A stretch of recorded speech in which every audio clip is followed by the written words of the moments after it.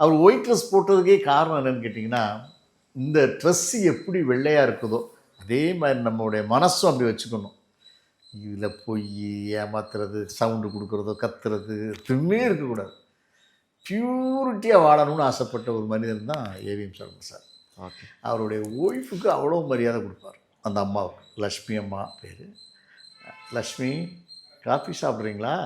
Coffee சாப்பிடுங்களேன். ரெஸ்பெக்டாக தான் பேசுவார். வா போ அது மாதிரிலாம் கூட பேச மாட்டார்.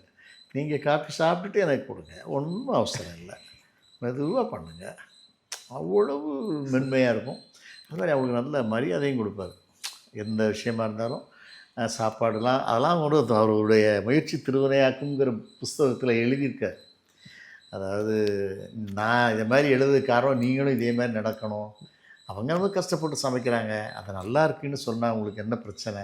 ஆனால் நான் லக்ஷ்மி காலையில் டிஃபன் பண்ணது ரொம்ப சாஃப்டாக இருந்துச்சு, ரொம்ப நல்லா இருந்துச்சு, அது உன் கை பக்குவமும் கூட தான். இந்த அளவுக்கு